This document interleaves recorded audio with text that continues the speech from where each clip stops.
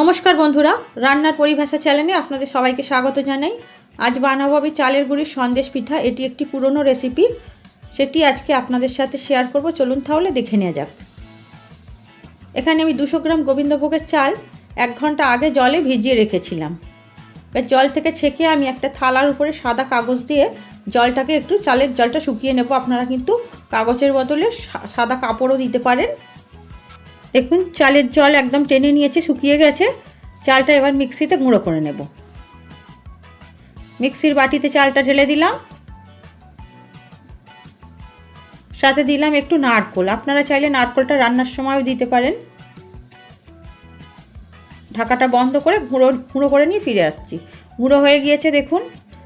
গুঁড়িটা চালার কোনো দরকার নেই।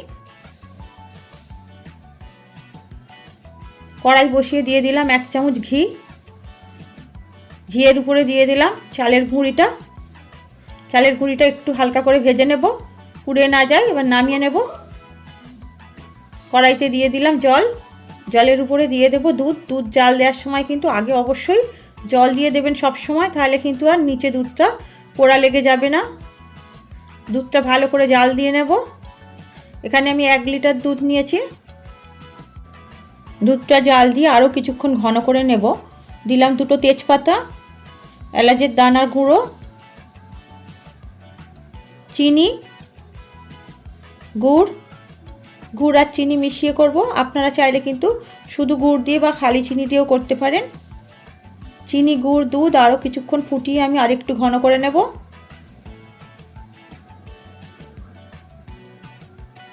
প্লিজ পুরো ভিডিওটি দেখবেন, নয়তো অনেক কিছু মিস করে যেতে পারেন। তেজপাতা দুটো এবার তুলে ফেলে দেব। দিয়ে দিলাম কিছুটা খোয়া ক্ষীর,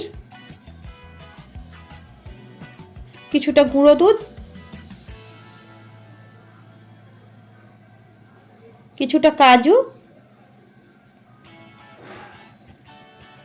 পরিমাণ মতো নুন।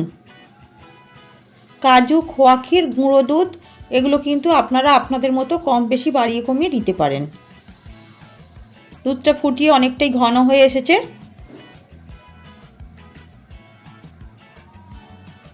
এবারে দিয়ে দিলাম আমি ভেজে রাখা চালের গুঁড়ো। চালের গুঁড়োটা দিয়ে ভালো করে সঙ্গে সঙ্গে নাড়াতে হবে, নিচে নয়তো দলা পাকিয়ে যেতে পারে। এই চালের গুঁড়ির সন্দেশের রেসিপিটা কিন্তু আমার ঠাকুমা এই চালের গুঁড়ির সন্দেশের পিঠেটা খুব ভালো বানাতেন। আর আমার দাদু এই পিঠেটা খেতে সবথেকে বেশি ভালোবাসতো। এটা খেতে বাড়ির সবাই ভালোবাসতো, কিন্তু তার মধ্যে আমার দাদুর এটা সবথেকে পছন্দের পিঠে ছিল। এই পিঠেটা কিন্তু ঠান্ডা হয়ে যাওয়ার পরেও কিন্তু শক্ত হবে না। দেখুন খুন্তি দিয়ে নাড়াচাড়া করে আরও একটু রস শুকিয়ে নিলাম। 1 চামচ ঘি দিলাম। ঘি দিয়ে আরও একটু রসটা শুকিয়ে নেব। আরও কিছুক্ষণ ভালো করে নাড়িয়ে চাড়িয়ে রসটা শুকিয়ে এবার নামিয়ে দেব। দেখুন বন্ধুরা, থালাতে নামিয়ে নিয়েছি। থালাতে নামিয়ে নিয়ে সঙ্গে সঙ্গে এরকমভাবে খুন্তিতে দিয়ে থালার মধ্যে টেনে নিতে হবে, তা নাহলে কিন্তু শক্ত হয়ে যাবে। ওই খুন্তিটা বাদ দিয়ে অন্য একটা খুন্তি নিয়েছি আমি। খুন্তির গায়ে একটু ঘি লাগিয়ে সমান করে টেনে চারিদিক থেকে গোল করে দিয়েছি। খুব ভালো করে সমান করে এইভাবে টেনে দিতে হবে। খুন্তির গায়ে কিন্তু একটু ঘি লাগিয়ে নেবেন। এবার এটা আমি ঠান্ডা হওয়ার জন্য রেখে দিলাম। ঠান্ডা হয়ে গিয়েছে দেখুন, গাটা উপর থেকে ফেটে ফেটে গিয়েছে। দেখুন এই যে শক্ত হয়ে গিয়েছে। এবারে এটা আমি কেটে নেব। আমি একটু বড় বড় পিস করে কাটবো। আপনারা আপনাদের পছন্দ মতো শেপ দিয়ে কাটতে পারেন। আমি চোখো চোখো করে কাটবো।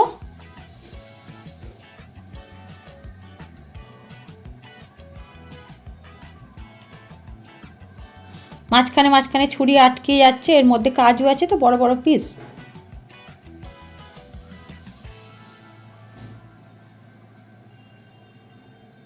সব পিসগুলো আমি কেটে নিয়েছি। উপর থেকে এবার আমি সাজানোর জন্য একটু দেখতে সুন্দরের জন্য দিয়ে দেবো কিছুটা গ্রেট করে খোয়া ক্ষীর। আমার ঠাকুমা কিন্তু এসব কিছুই দিতেন না। আমার ঠাকুমা শুধু দিত চালের গুঁড়ি, খাঁটি গরুর দুধ আর কিছুটা নারকেল। আমি এখানে কিছুটা ব্যবহার করেছি খোয়া ক্ষীর আর কিছুটা ব্যবহার করেছি কাজু। উপর থেকে সাজানোর জন্য আমি কিছু ড্রাই ফ্রুট দিয়ে দিলাম, আমন্ড আর পেস্তা। সুন্দর করে সাজিয়ে দিলাম দেখতে সুন্দরের জন্য। এবার আমি আপনাদের দিকে 1 পিস উঠিয়ে দেখাই কতটা সুন্দর হয়েছে দেখুন।